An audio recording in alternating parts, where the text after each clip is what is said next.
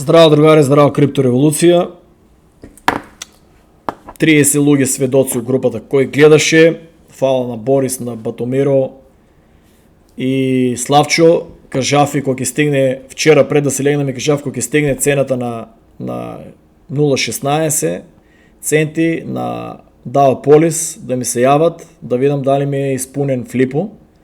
И автоматски оне кој ќе ми се јавеа, тоа веќе е испунило и ќе паднеше на 0.13, 0.14. Ќе си купев на назад и ќе си направев $3000 флип.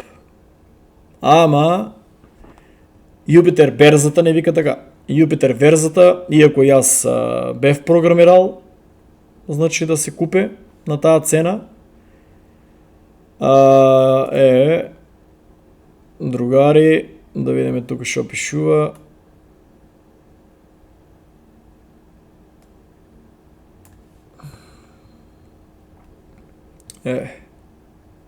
Дека беше 95.780 полис на 0.164.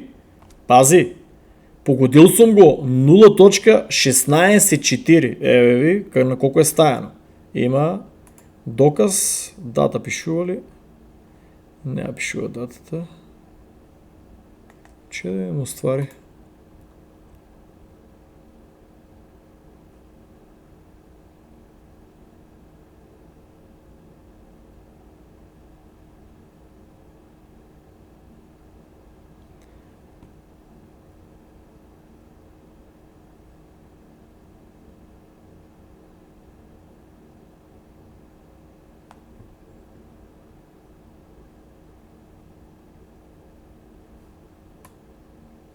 Зашо не може да се снајдам да видам дата дека пишува?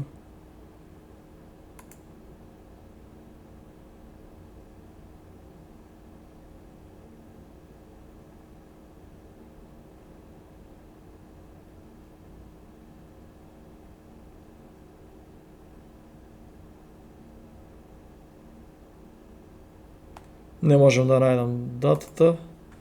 Мање битно. Другари, гледајте. Точно ја погодив цената на 0.164.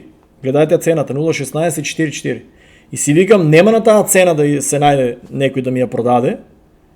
Викам, ќе кенселирам и ќе ја ставам на 0.16. Значи, сите тие што ќе видат на 0.164, ќе речат, оваа будалата на 0.16 продава, дај од кај него. Другари, не ја испуни, брат. Не ја испуни назад во квото. Не ја испуни трансакцијата, не ја помина трансакцијата и не знам зашо не ќе да помине.